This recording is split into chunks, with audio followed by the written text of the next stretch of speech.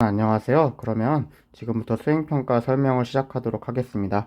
우리 수행평가 이름은 매체 활용 글쓰기 수행평가이고요. 이 수행평가는 왜 만들어진 거냐면은 지금 화면에 보는 대학교에 갔을 때 여러분들이 교수님이 내주는 숙제가 있어요. 바로 에세이를 써오라는 숙제인데요. 그런 에세이를 어떻게 쓰는지 공부해보기 위해서 만든 수행평가라고 볼 수가 있습니다. 여러분들이 대학에 가게 되면은 이제 매 주마다 여러분들의 의견을 써서 내라는 숙제가 있는데요. 그런 글 양식이 바로 에세이예요. 그래서 이 양식을 수행평가를 통해서 공부를 해보려고 합니다. 자, 그러면 다음 페이지로 볼게요. 여러분 학습지에서 1쪽을 먼저 보도록 하겠습니다. 일단 이 수행평가는 어떻게 진행되냐면은 1차 시는 오늘 자료 찾기 시간이고요.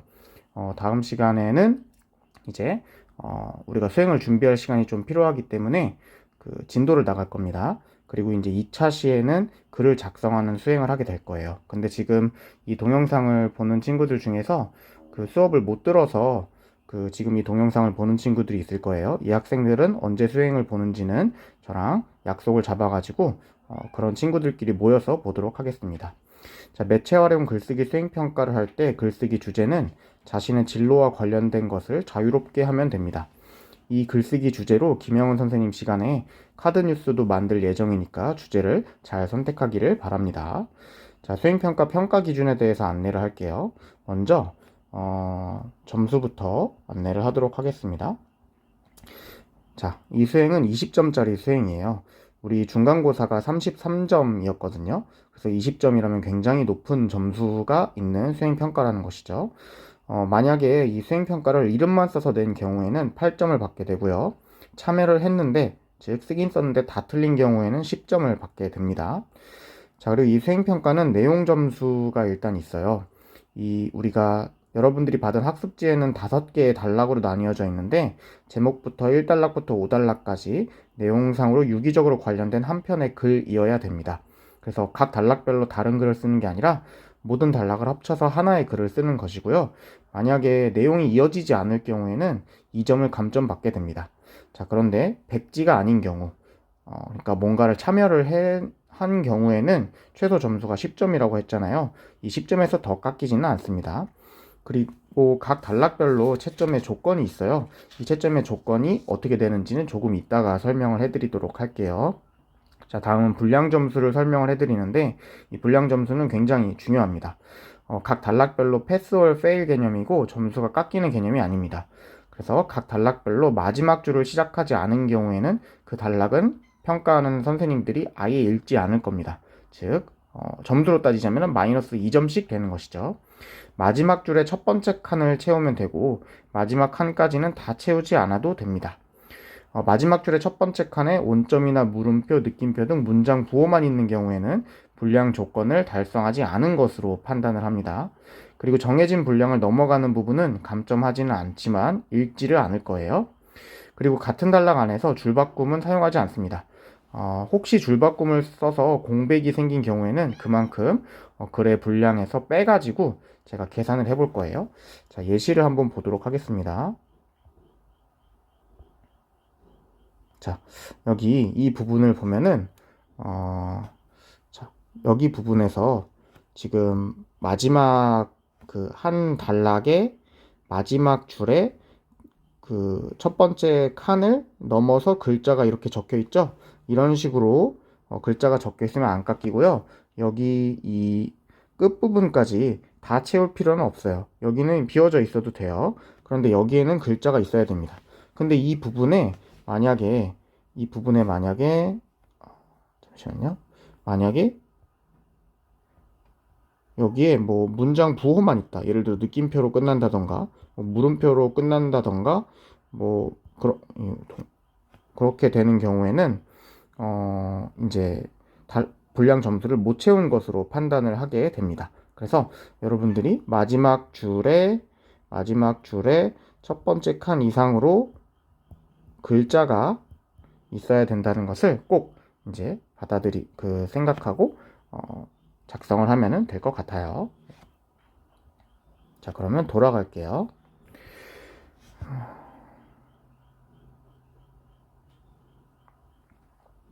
자, 다음은 이제 휴대 가능 물건에 대해서 안내를 하도록 할게요. 여러분들이 이제 시험을 칠 때 가지고 있을 수 있는 물건은 필기 도구랑 자료 조사물이 끝입니다. 그 이상으로는 어떤 것도 가지고 있을 수가 없어요. 그래서 글을 쓸 때 그냥 양식만 주고 글을 쓰는 건 아니고 자료 조사물을 보면서 글을 쓰게 될 건데, 자료 조사물을 어떻게 작성하는지도 이따가 안내하도록 하겠습니다. 자, 그럼 이제 원고지 작성법에 대해서 배워볼 건데요.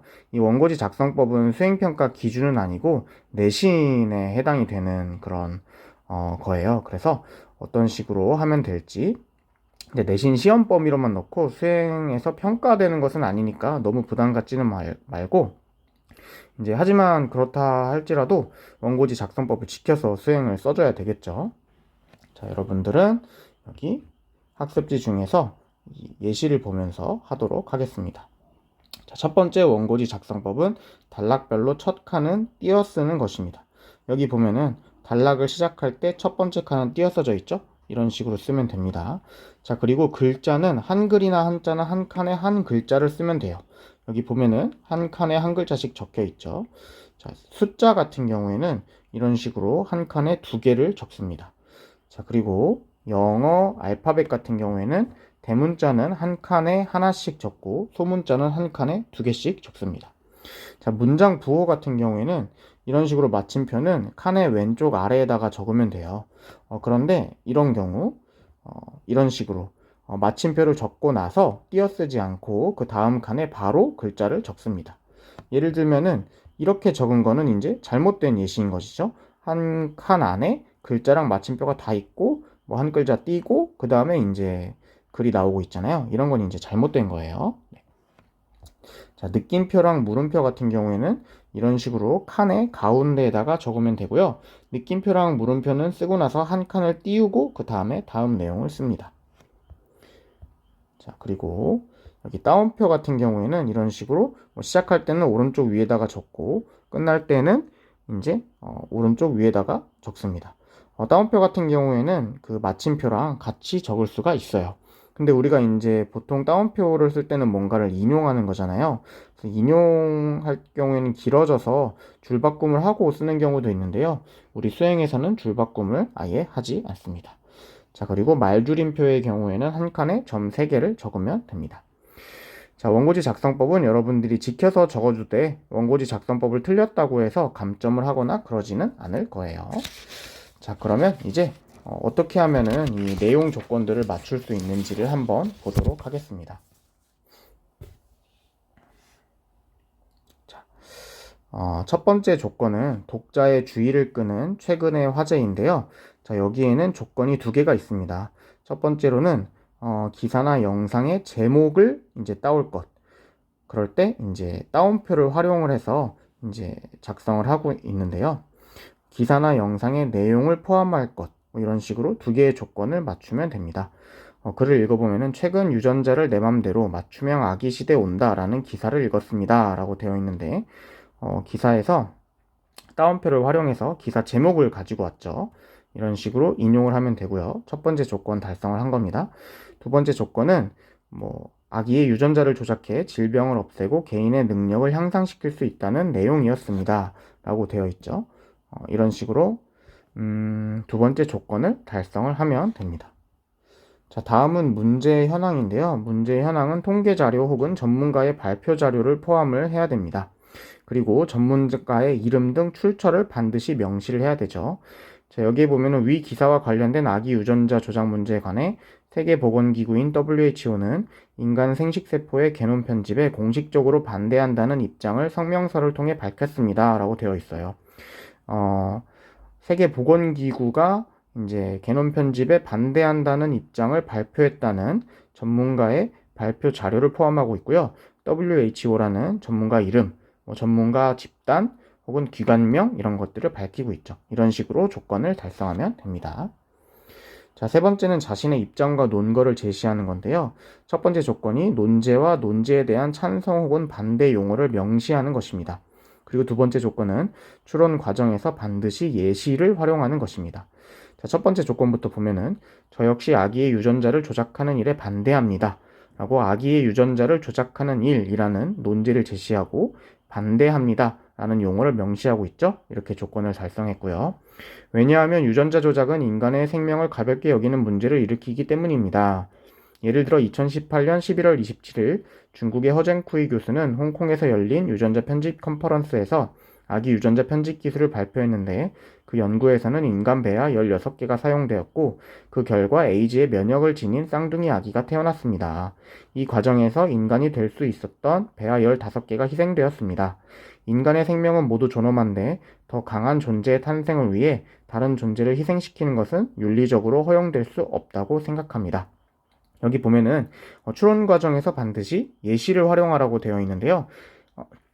2018년 11월 27일에 있었던 중국의 허쟁쿠이 교수의 실제 예시를 가지고 와서 아기 유전자 조작하는 일을 반대하는 근거로 사용하고 있어요. 자, 예를 들라고 하면은 이런 식으로 실제 사례를 가져와서 적어야 됩니다. 어떤 친구들은 예를 들어보겠다면서 자기가 가정한 사실을 가져오기도 하는데요.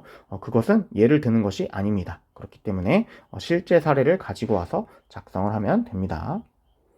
자, 다음 단락도 비슷한 단락인데요. 이거는 이제 아까는 나의 의견을 얘기하는 거라면은 이번에는 나와 반대되는 의견, 나와 다른 의견을 적는 거예요. 그래서 자신과 다른 견해나 주장에 대한 비판을 적는 건데요. 여기도 조건이 두 개입니다. 첫 번째로는 자신과 다른 견해를 제시를 하고요. 두 번째로는 예시를 활용해서 그 주장이 잘못된 이유를 논설을 하면 됩니다. 읽어볼게요. 자, 어떤 사람들은 유전자 편집 기술을 활용해서 질병 장애 없이 태어나는 것이 축복이라고 말합니다. 자, 이 글은 아기 유전자 편집을 반대하는 글이기 때문에 어떤 사람들이 유전자 편집 기술을 축복이라고 말하는 것은 나의 의견과 다른 의견이죠. 이런 식으로 다른 의견을 명시를 해줘야 됩니다. 자, 그 다음에 마찬가지로 예시를 활용해서 그 주장이 잘못된 이유를 논설하면 되는데요. 읽어볼게요. 자, 그러나 이 주장은 잘못된 것입니다. 2차 세계대전 때 아우슈비츠의 학살도 비슷한 논리로 일어났습니다. 우월한 인간만 남기겠다고 장애, 질병, 성격 결함이 있는 사람을 죽여 대를 끊으려고 한 것입니다. 학살과 유전자 편집 기술은 누군가를 죽이는 시점만 다를 뿐 본질은 다르지 않습니다. 라고 되어 있는데요. 아우슈비츠의 학살의 사례를 가지고 와서 자신과 다른 의견이 잘못된 이유를 논설하고 있는 것이죠. 자, 그러면 마지막 조건 보도록 하겠습니다. 자, 마지막 조건은 글을 마무리하는 것인데요. 글을 마무리할 때는 독자의 결심을 촉구하거나 행동을 유도하는 말을 포함해서 글을 마무리하면 됩니다. 자, 이건 좀 쉬운 조건이죠. 글 읽어볼게요. 이 글을 읽는 여러분에게도 작은 특이함이나 결점이 있을 수 있습니다. 그 점 때문에 이 세상에서 없어져야 할 존재로 취급받는다면 기분이 어떨까요?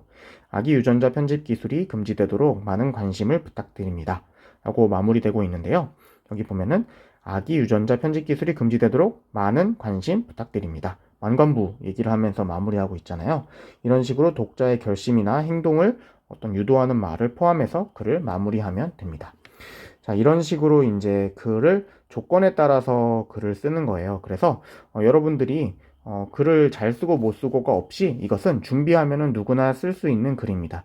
대학에서 요구하는 에세이라는 글 양식도 이런 식으로 어떤 문학적인 천부적 재능이나 이런 게 필요한 게 아니라 어떤 양식, 형식, 이 양식과 형식에 맞춰서 준비해서 글을 쓰면 되는 것이기 때문에 누구든지 이런 방식으로 글을 쓰면은 좋은 글을 쓸 수가 있어요. 그래서 여러분들이 포기하지 않고 준비하면은 글을 이런 방식의 글은 잘 쓸 수가 있습니다. 자, 선생님이 아까 전에 이 글을 쓸 때 참고할 수 있는 자료 조사물이 있다고 했어요. 이 자료 조사물은 여러분들이 만들어 오는 건데요. 어떻게 만들어 오면 될지 제가 설명을 해드리도록 하겠습니다. 자, 페이지로는 이쪽이에요. 자, 자료 조사물 같은 경우에는 줄글로 써오면은 평가하는 선생님들이 부정행위라고 판단할 겁니다. 왜냐면은 줄글로 써오면은 이 시간에 여기 역백에다가 써올 글을 그대로 작성해 와서 그대로 베껴 쓰는 학생들이 있거든요. 근데 우리 수행평가는 이제 글을 쓰는 방법을 우리가 평가하는 거고 연습하고 준비하는 것이기 때문에 수행 시간에 글을 여러분들이 창작하는 능력까지 보는 것이에요. 그래서 줄글로 문장으로 작성해온 것을 베껴 쓰는 것은 안 됩니다. 자, 그럼 어떤 방식으로 써면 되냐? 여기 화면에 보이듯이 단어 흐름도라던가 마인드맵이라던가 수용도를 활용해서 글을 이제 쓸 수 있는 자료를 가지고 오면 되는 거예요. 자, 제가 한번 예를 들어 보도록 하겠습니다. 제가 가져온 예시는 고령화에 대한 글을 쓴다는 예시인데요. 일단 먼저 처음이 독자의 주의를 끄는 최근의 화제였죠. 그리고 기사나 영상의 제목을 가져오는 거였어요. 자, 근데 이 자료조사물을 만들 때 이 기사나 영상의 제목은 문장으로 가지고 와도 됩니다. 이것을 외워오는 것은 너무 힘든 일이기 때문에 문장으로 가지고 와도 돼요. 자, 근데 나머지 내용들은 다 이제 단어 흐름도나 마인드맵이나 수용도로 가지고 와야 됩니다. 단어 흐름도를 살펴보면은 이런 식으로 적어봤어요. 이렇게 적혀 있으면은 글을 쓸 때 이렇게 쓸 수 있는 거예요.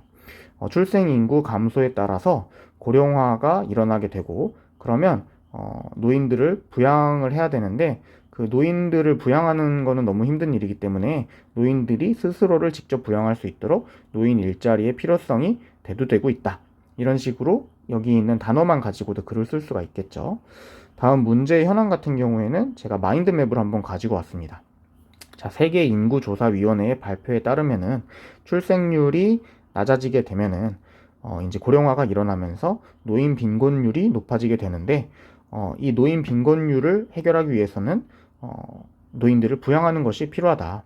노인들을 부양할 때 중요한 것은 국민 1인당 부양하는 노인, 부양하는 가족이 몇 명이 되느냐가 중요한데, 1 이하인 국가와 2 이상인 국가들 안에서 노인을 어떻게 부양할지, 노인들이 어떻게 일자리를 가지게 해야 될지 정책적인 차이가 있다 라고 마무리를 할 수가 있겠죠. 자, 다음 3단락하고 4단락은 자신의 입장과 논거를 제시하는, 그리고 나와 다른 입장과 그것을 반대하는 논거를 제시하는 단락이에요. 그래서 수용도로 한번 가지고 와봤습니다. 자, 이러한 경우에는 노인 지원 정책을 찬성하는 정책과 노인 지원 정책을 반대하는 정책이 있다. 이런 식으로 설명할 수 있겠죠. 노인 지원 정책을 찬성하는 입장에는 고령화 대비 효율적으로 이들을 도울 수 있다는 점이 근거가 될 수 있고, 이렇게 하는 나라에는 뭐 스웨덴의 어떤 정책이 있다. 이런 식으로 설명할 수 있겠죠. 자, 자신과 다른 견해나 주장에 대한 비판에서는 노인 지원 정책을 반대하는 나라도 있다. 그 근거로는 뭐 청년층에 대한 지원과 형평성이 부족하다던가 노인 지원 정책 외에도 다른 대안이 가능하기 때문이다. 이렇게 하는 사례에는 미국식 사례가 있다. 뭐 이런 식으로 이제 설명을 해줄 수가 있겠죠. 그래서 여러분들이 이 자료조사물만 참고하면서 글을 쓸 수가 있기 때문에 이 자료조사물을 잘 만들어 와야 됩니다. 그래서 이번 시간에 남은 시간 동안은 여러분들이 핸드폰이나 태블릿을 활용해서 이 자료 조사물을 이렇게 단어 흐름도나 마인드맵이나 수용도나 이것을 통해서 만들어 보면 되겠습니다. 자, 수업을 끝내기 전에 잠깐 이 양식에 대해서 안내를 해주도록 할게요. 4페이지를 보면 되는데요. 여러분들 수행평가 시간에 정확히 이 양식을 나눠줄 거예요. 여러분 학번 이름 적고 제목을 적습니다. 제목은 평가의 대상이 아니에요. 하지만 적어줘야 돼요. 그래야 선생님이 여러분들 글 이해하기가 좋습니다. 그리고 오늘 수업 때 제가 설명했던 그 양식이 그대로 나와 있어요. 그리고 이 양식은 선생님이 학습지로도 나눠주지만 PDF로 볼 수 있도록 여러분들 반톡방에 국어 부장들이 다 올려뒀어요. 그래서 이 PDF 파일에다가 태블릿으로 필기를 하면서 연습을 해볼 수도 있고 인쇄를 해서 연습을 해볼 수도 있겠죠. 이런 식으로 꼭 한번 연습을 해 와야 됩니다. 여러분들이 이게 글의 양이 많다고 생각할 수도 있는데요. 막상 써보면은 글의 분량이 굉장히 적어요. 그래서 연습을 안 해오고 오면은 수행 시간에 분량이 너무 적다는 느낌을 받을 겁니다. 즉, 이 수행은 요약을 얼마나 잘하는가를 물어보는 수행이기도 해요. 그래서 반드시 연습을 해오기 바라고요. 하나 더 선물 같은 사실이 있는데, 여러분들이 이렇게 자료 조사를 하고 이 자료를 바탕으로 글을 써야 되는데, 우리가 이제 이 수업 시간이 사탐 시간이나 과탐 시간은 아니란 말이에요. 그렇다 보니까 이 자료의 신빙성이나 이런 것들을 막 선생님이 막 다 따져가고 따져서 막 확인하고 그러지는 않습니다. 우리는 이제 글을 쓰는 방식을 배우는 게 목표이기 때문에 여러분들이 자료를 찾다가 아무리 찾아도 나에게 꼭 필요한 자료가 잘 안 나와요. 그러면은 이 글에 맞춰서 쓸 수 있도록 자료를 조금은 창작하거나 과장하거나 혹은 조금 지어내거나 이렇게 해도 괜찮습니다. 일단은 글을 쓰는 방식을 연습하는 것을 목표로 하고 보는 수행이기 때문에 자료를 조금 스스로 만들어내도 괜찮다는 점을 좀 설명을 드려요. 그런데 이제 너무 허무맹랑하게 해서는 안 되는 게, 우리가 아까 전에 이 글쓰기 한 주제로 김영훈 쌤 시간에 카드 뉴스도 만든다고 얘기했었죠?